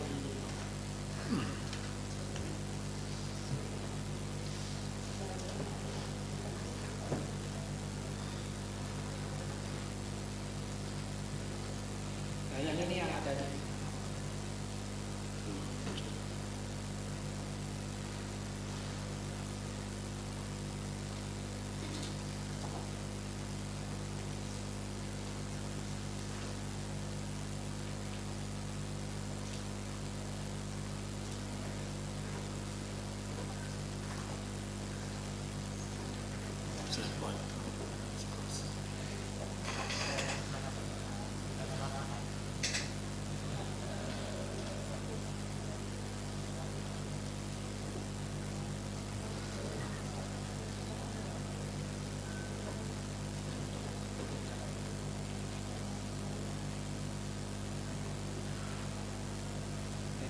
Di kampus seperti ini Pak. Jadi ada kepala SPI saya, sekretaris Pak Ismu, ada di situ koordinator. Yang pertama di bidang keuangan. Yang bidang keuangan ini memang dipimpin oleh dosen ekonomi akuntansi. Kemudian sebenarnya kami ada yang namanya koordinator di bidang sumber daya manusia dan tata kelola. Yang ini kemarin dalam rangka mengejar S3 nih. Jadi S3 itu kalau nggak konsentrasi bisa lama, jadi beliau mengundurkan diri. Kemudian ada koordinasi bidang aset. Yang ini kebetulan Pak Syarwani dia paham mengenai hal-hal yang berkaitan dengan pengadaan aset, bangunan-bangunan itu dia paham. Kemudian ada koordinator di bidang hukum dan perundang-undangan. Yang ini kemarin dia diangkat menjadi kajut di Fakultas Hukum karena kita lepas. Nah, kemudian untuk auditor ada 3 orang, staf saya ada Rido, kita ada ini lebih kurang struktur organisasi. Untuk pertanyaan dari Pak Kasmedi ya, untuk CLPN dan SPI sebutkan perbedaannya mendasar. Jadi intinya pokoknya kami yang berkaitan dengan non akademik, segala hal yang berkaitan dengan akademik itu baru SPI. Untuk irisannya juga tidak begitu banyak. Irisannya mungkin seperti ini Pak, yang dilaporkan tadi sama Pak Ismail. Jadi kami mencoba mencocokkan antara kinerja yang ditandatangani sama dosen dengan target yang sudah dicapai oleh dosen sendiri. Jadi kan semua dosen di awal tahun ini wajib menandatangani namanya terkini perjanjian kinerja. Nah, itu sebenarnya tugas itu bisa dilakukan oleh LPM, bisa dilakukan oleh SPI. Nah, cuma SPI, kenapa SPI melakukan? Karena di situ ada dana. Kalau sampai target uang dibayar, nggak sampai target jangan ya dikurangi gitu kan. Makanya kalau misalnya diserahkan ke LPM, nanti LPM ngasih pula ke SPI, SPI pula nanti yang. Jadi akhirnya kami coba take over, tapi nanti bisa juga diserahkan ke LPM. Kemudian kalau di bagian mana yang jelas hanya masalah akademik saja. Kemudian untuk masalah ini ya, masalah biasanya kami untuk SPI itu memang kami berkoordinasi tetap juga ke WSPD sampai R1, WR3 ya. WR1 masalah akademik, WR3 masalah kerjasama, tapi kami intens dengan WR2. Ketika saya ke fakultas, itu yang saya cari WD2, kan WD3 atau WD1, itu masalah akademik. Jadi kami koordinasi dengan WD2 dan juga dengan kabak yang ada di fakultas. Jadi, tapi bukan tidak menutup ke semua ya, karena SPI itu sekali lagi punya kewenangan dalam akses ke seluruh data. Mungkin ada yang bisa dikatakan? Ya, tambahkan sedikit Bapak Ibu, untuk standar ini sebenarnya masing-masing institusi punya kekhasan sendiri-sendiri. Nggak bisa kemudian mengkopi punya UIN, punya UNDRI atau punya siapa. Nah, memang ini dibangun dari bottom up gitu ya, dari bawah ke atas yang memang dari dalam sendiri. Ya tentu saja nanti sebenarnya di sini ada teman-teman teknik industri. Kalau teknik industri itu untuk membuat SOP sebenarnya ada pelajarannya, jadi bisa membuat untuk teman-teman teknik industri membantu untuk membuat SOP standar yang ada di Pahlawan. Kemudian untuk tupoksi Pak Kasman, kami ini gayanya aja kayak gitu, tapi sebenarnya kami ini orangnya rendah diri, baik kan. Jadi dengan LPM itu kami baik-baik aja lah gitu kan. Jadi sering datang, sering ngomong, sering. Jadi intinya sebenarnya jangan sampai ada adu ego di situ. Yang bisa dikerjakan sama-sama ya sama-sama. Yang memang murni pekerjaan tupoksi LPM ya dikerjakan LPM. Kalau kemudian perlu bantuan kita, karena bukan apa-apa Bapak Ibu, karena kita yang menghandle untuk penilaian kinerja. Jadi pimpinan itu kan takutnya akan sama SPI kan, karena takut nanti pidananya dipotong.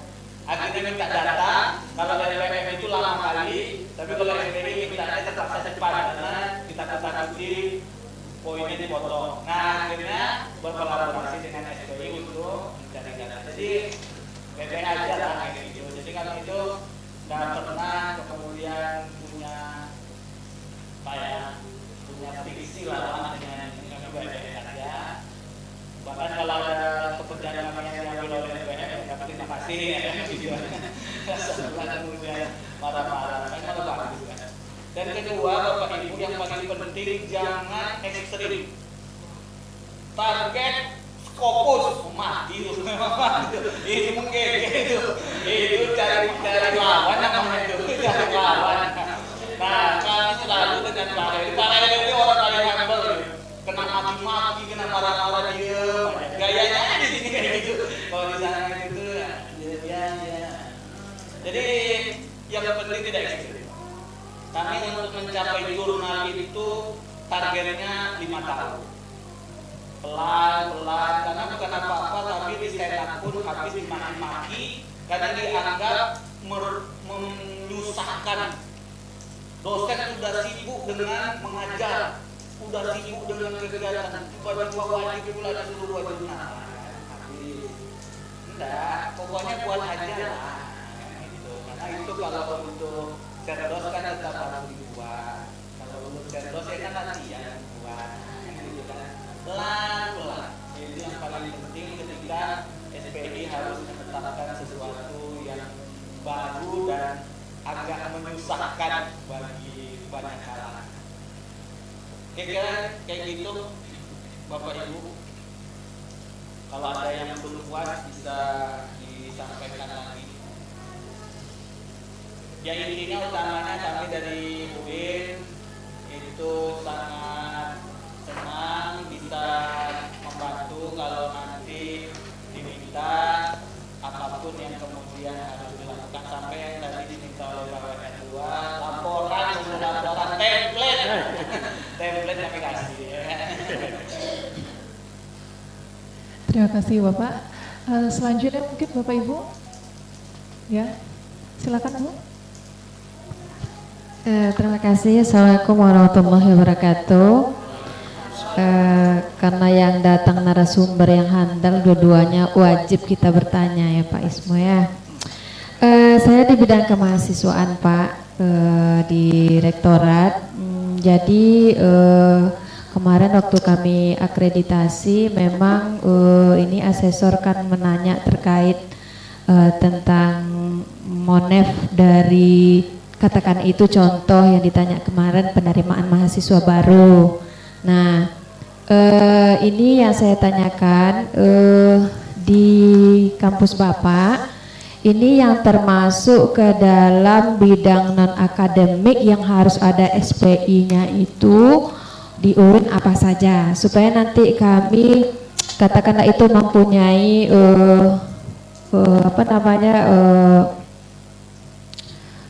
katakan bukan standar ya, tapi di UIN sudah punya ini contoh. Kalau yang kita sudah ada itu SOP-nya yang untuk non-akademik, alhamdulillah lumayan banyak Pak ya. Misalnya tentang SOP beasiswa kita punya, kemudian SOP data alumni, SOP informasi beasiswa, kegiatan seminar, SOP organisasi kemahasiswaan, kemudian SOP prestasi mahasiswa, SOP tracer study, SOP wisuda mahasiswa. Nah itu kita sudah punya. Jadi tentu nanti yang akan melakukan ini apakah benar SPI yang akan kami bentuk ini. Nah itu yang pertama. Dan yang kedua adalah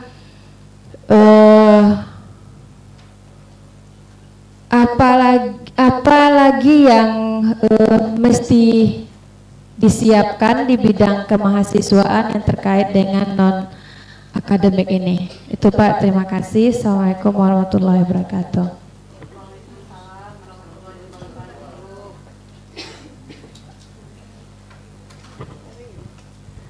Terima kasih Bu. Selanjutnya silakan Pak. Baik, terima kasih. Assalamualaikum warahmatullahi wabarakatuh.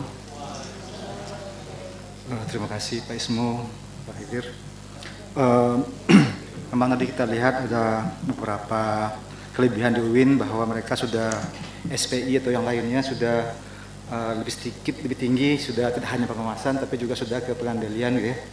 Kalau di PPP kan semua setelah satu langkah lebih maju dia. Cuma sebenarnya saya lebih ke ini Pak. Kalau tadi kita lihat semua, hampir semuanya mau SPMI, SPI dan LPM-nya itu semacam mengevaluasi gap antara aturan dan instrumen-instrumen pendukung di bawahnya, ya kan, dengan kenyataan prosesnya kan itu sebenarnya kan. Nah, yang jadi kendala menurut kami di UP ini adalah aturannya itu yang belum terbentuk dengan lengkap, sehingga apa yang mau dibenturkan gapnya dengan aturan, dengan regulasi di aturan-aturan dan instrumen-instrumen di bawahnya itu yang belum terbentuk, sehingga gimana pun mau SPMI dengan akademik mau non akademik itu juga belum tahu. Ini Bu Iza tadi kalau bisa kemahasiswaan, kalau kemahasiswaan rata-rata tadi saya lihat di SPI Bapak itu tidak ada, karena arahnya ke ada WR2 itu keuangan, kepegawaian dan sebagainya, umum sebagainya. Nah, berbeda apakah akan masuk ke sana atau ke include ke SPMI. Normalnya kebanyakan di SPMI biasanya, di LPM bisa biasanya kalau itu. Nah, makanya tadi ada perbedaan di sini. Kalau mungkin UIN sudah established aturannya dari dulu dan sudah dikembangkan terus-menerus, di sini memulai. Dan itu kenapa saya bilang seperti itu? Karena dari dokumen yang harus ditentukan tadi, dokumen pentingnya dari statuta tadi Bapak saya jelaskan, RIP, Renstra, bahkan strukturnya sendiri kita harus tahu dulu, karena pada ujung-ujungnya antara alur flow dari suatu standar itu kan antar bagian, antar unit dan sebagainya.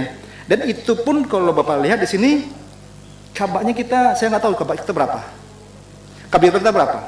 Di fakultas itu nggak ada kabak, nggak ada kabiro dan sebagainya. Semua governance di situnya, semua ada administrasi di pusat. Jadi ada hal-hal yang akan aneh kalau tiba-tiba dari kitanya Pak Nizar mengambil bulat-bulat sebelum Bapak, Pak Ismu dan Pak Yadir mengetahui real bagaimana di sini strukturnya dan sebagainya. Jadi saya mohon di sini mungkin nanti lebih tepatnya Pak Yadir dan Pak Ismu betul-betul melihat bagaimana yang harus dilakukan.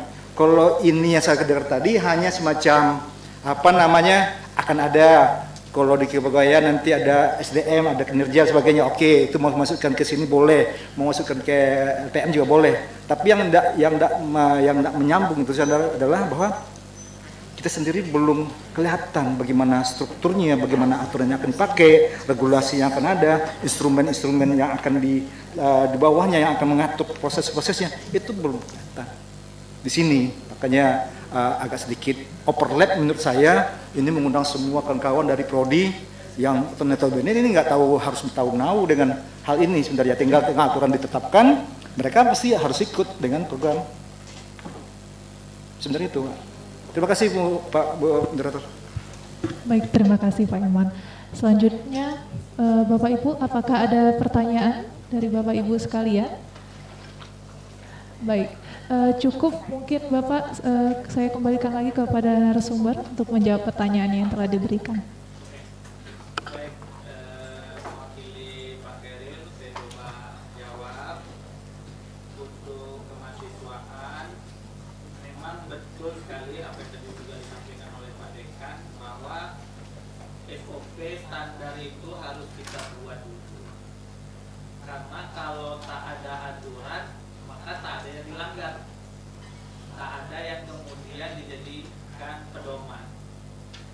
Tapi bagus kalau UP ini kan mulai berkembang. Kalau besar kayak UIN baru dibuat peraturan, ribut. Makanya dia bolak-balik dipanggil Polda sama Kejati gara-gara penataan remunerasi dan tunjangan. Karena dianggap ada terjadi penyelewengan dan pemotongan tunjangan. Panggilnya terjadi. Ribut sampai sekarang, ribut. Bapak Ibu lebih tahu dari saya. Gitu. Karena udah kadung besar baru ditata. Nah, memang ini cakep. Belum besar ditata. Tapi tidak bisa seperti kata Pak Dekan, ambil bulat-bulat dari UNTRI, dari UIN, atau bahkan dari UGM, masukkan sini. Pusing, tak sesuai. Nah, oleh sebab itu memang ini jadi kerja keras semua. Tapi insya Allah lah, kalau kita bertekad sama-sama membangun rumah kita ini menjadi bagus, menjadi sesuatu yang membanggakan, tentu kerja keras ini akan membuahkan hasil. Jadi seperti itu Bapak Ibu. Memang ini hanya sebagai apa ya, pembuka awal ya, membuka awal ya. Masih belum nih. Tapi kalau untuk instan ini bisa kami kasih. Tapi sekali lagi, tidak bisa semua sakit dikasih Panadol. Kan itu. Sakitnya UIN sama sakitnya di UB itu beda kan. Tapi obatnya Panadol.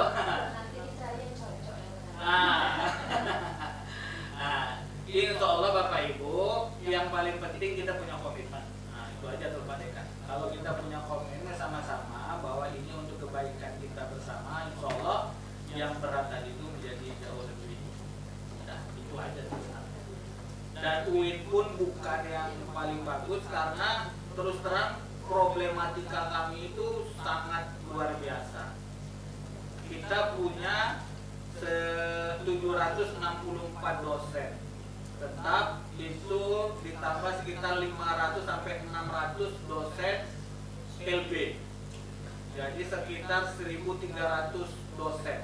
Tiba-tiba efisiensi tak boleh dibayarkan dosen LB. Itu dah. Sudah lagi masalah. Jadi memang kalau di UIN ini sudah kompleks, sudah complicated. Terus terang tentu saja kami berbahagia, berbesar hati Universitas Pahlawan sudah menginisiasi di awal-awal untuk melakukan pembenahan.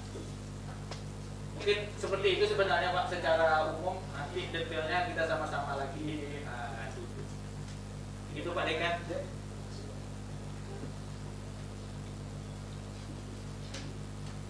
Baik Pak, terima kasih. Baik Bapak Ibu, apakah ada pertanyaan lain terkait agenda kita hari ini? Silakan.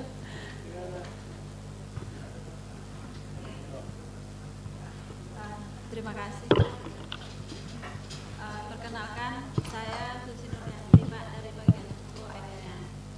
Nah, kami kan yang SPI ini memang baru terpapar dengan SPI Pak. Nah, untuk kedepannya kan kemarin pas adaptasi ada ditanya tentang Monep SDM. Nah, selama ini kami tahunya Monep SDM itu kalau dia nanti tenaga pendidik kan ada di LPM Pak. Itu di PKD LKD dosennya.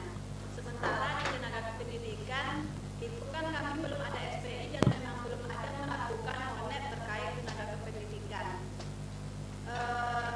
Apakah nanti kalau SPI ini jalan Monep tenaga pendidikan itu apakah letaknya di SPI atau tetap di LPM di SPMI ya Pak?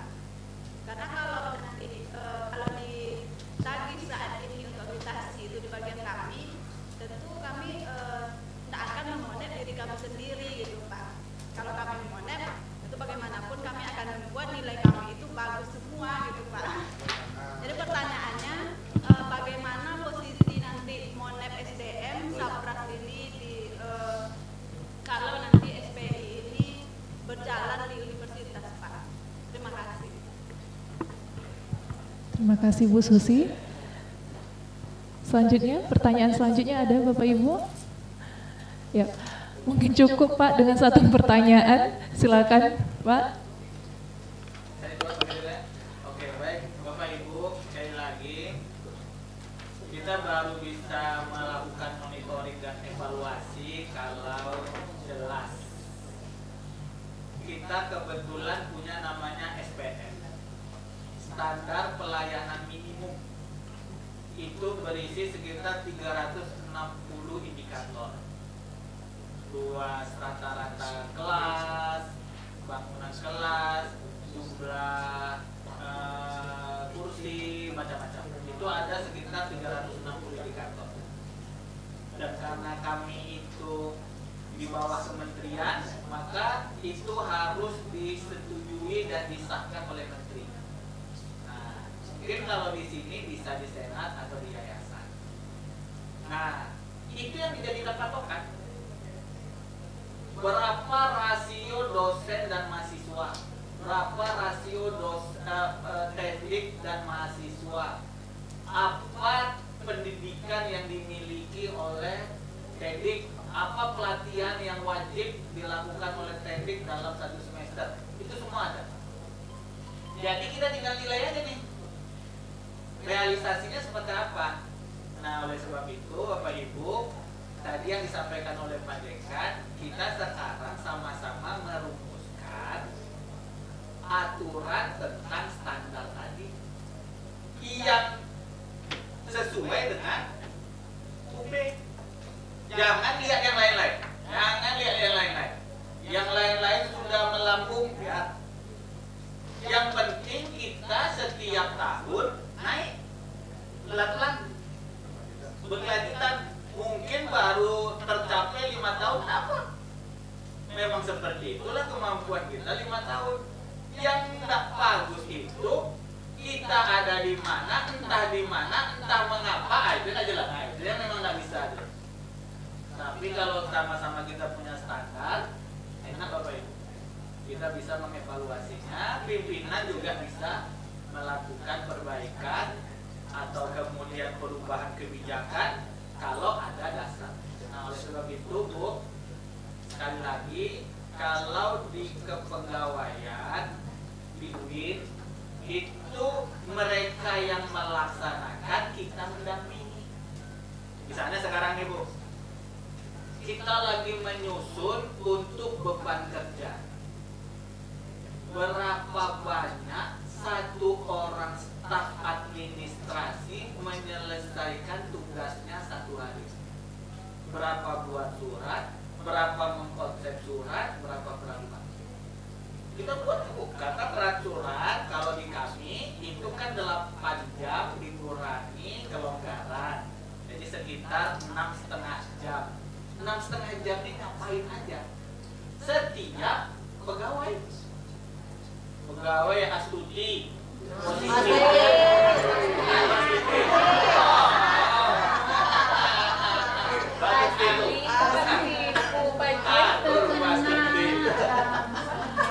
posisi apa? Pendidikan apa? Peralatan yang diperlukan apa? Kemampuan itu kan apa? Pekerjaan 1, 2, 3. 1 kali mengetik surat 10 menit. Tidak selesai. Standarnya. Jadi jangan 11 jari. Berarti pelatihan 10 jari mengedit. Nah, kan begitu. Nah, itu dibuat oleh kepegawaian, didampingi oleh SPI. LPM ikut juga, terutama untuk bagian dosen. Ini dosen ini kadang-kadang kan mengajar kan iya kan enggak? Iya kan tahu lah kita ya. Apalagi yang udah online juga kan. Studi tadi. Oh, studi. Atau gimana cara mengukurnya? Nah, itu kepegawaian LPM sama SPI. Duduk bareng. Ada gorengan, ada kopi, selesai. Nah, begitulah Bu. Bisa ini. Nah, tapi insya Allah pelan-pelan sampai sekarang tidak selesai juga. Karena apa? Overload di UIN itu. Di tempat lain di UIN Lampung itu tekniknya cuma 125, mengcover 1 universitas. UIN Suskaryau 500, banyak kali. Keterima pula P3K semuanya ada. Ya begitulah. Nah, ya boleh Bu. Kalau kami seperti yang dibilang tadi itu struktur kampus sebenarnya sudah ada Pak. Cuma begini, saat misalnya kami kan terpusat di universitas tersentral dia kami, semua pegawai itu di universitas, tidak ada satupun pegawai yang di fakultas ataupun di prodi. Nah, pekerjaan kami itu Pak, di setiap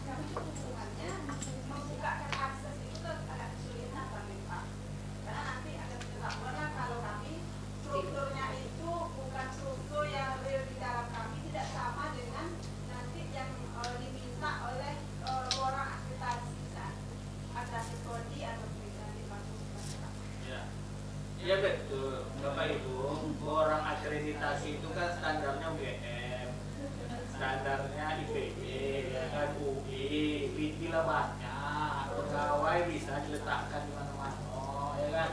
Sementara kalau di sini Pak Amir kan garu-garu kepala, dia kan nambah orang, nambah gaji, ya kan? Ini kemana ini? Jadi memang itulah tadi yang disampaikan oleh Pak Dekan, memang masing-masing perguruan tinggi punya kekhasannya sendiri macam-macam. Nah, yang paling penting sekarang analisa kita, buat laporan analisa kepada pimpinan, Pak, ini loh kondisi realnya, ini loh beban kerja masing-masing teknik itu sudah 120%, overload, sudah susah, mahasiswa punya keluhan bla bla bla, lama membuat surat itu standarnya 3 hari, ini seminggu. Kenapa begitu? Karena overload.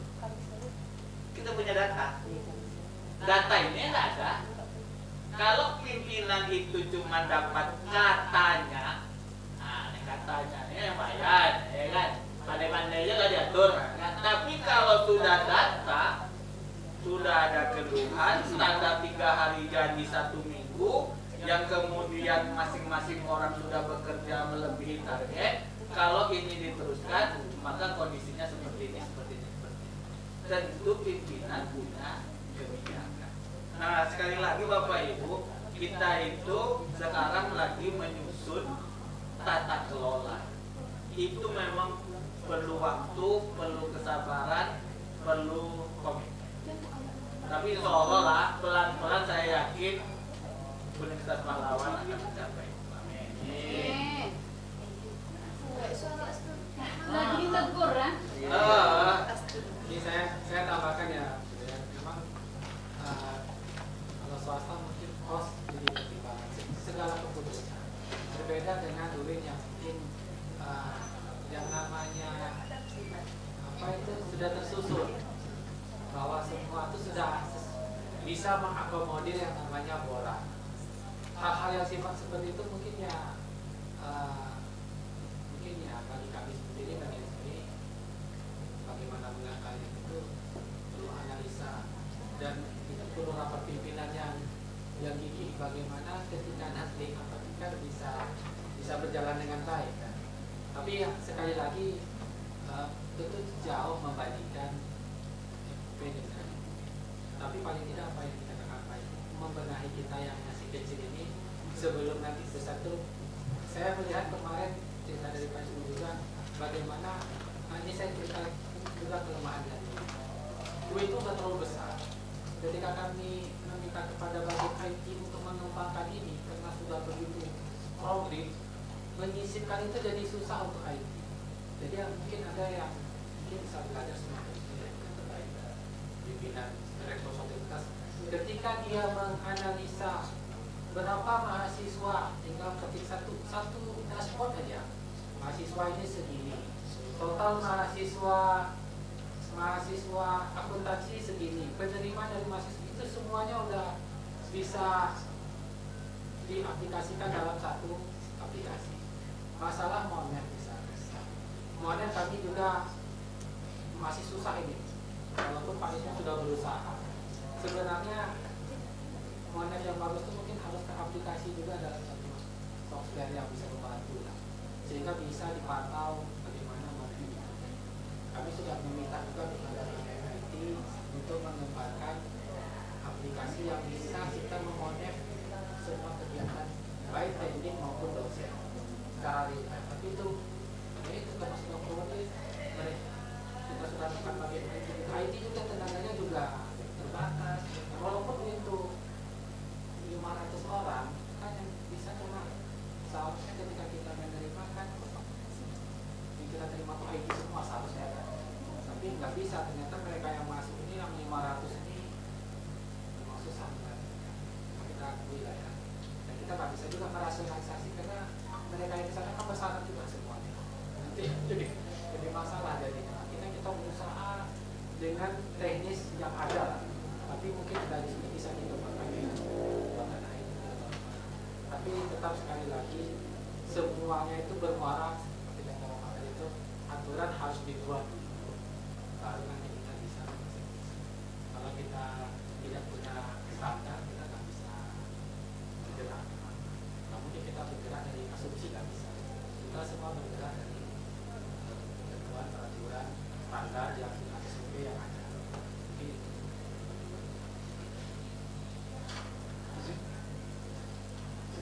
Pak? Baik, ini sedikit lagi mungkin tentang kenapa tadi memang dibilang kalau ada struktur ada. Cuman kenapa saya bilang permasalahan itu sebagai suatu hal yang penting di tata kelola. Tadi Bapak sampaikan, Pak Hedi sampaikan bahwa itu penting. Karena yang terjadi di sini, begitu terjadi masalah, ini nggak tahu siapa yang megang nih. Artinya itu belum duduk, ya kan? Harusnya tuh. Ini siapa yang tanggung jawab nih, siapa yang megang nih? Belum ada yang bisa langsung otomatis itu belum duduk strukturnya. Itu yang pertama. Yang kedua, adanya banyak ad hoc tertentu yang pekerjaannya itu malah menahun. Artinya struktur ada tapi belum duduk. Nah itu mungkin minta bantuan dari Pak Hedi dan Pak Ismu nanti kalau dalam SPI ini kita lakukan, ini juga penting. Terima kasih.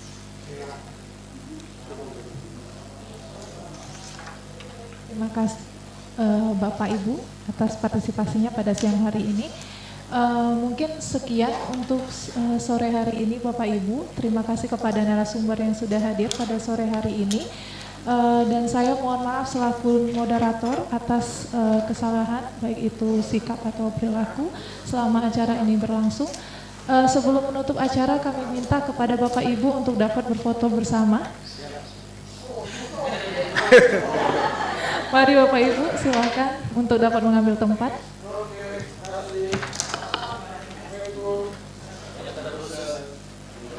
Ayo. Dapat baru berangkat.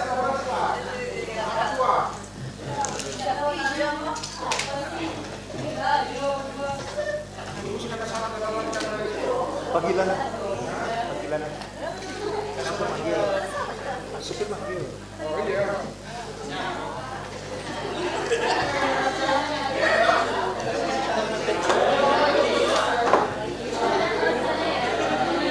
Silakan Bapak Ibu untuk dapat mengambil tempat.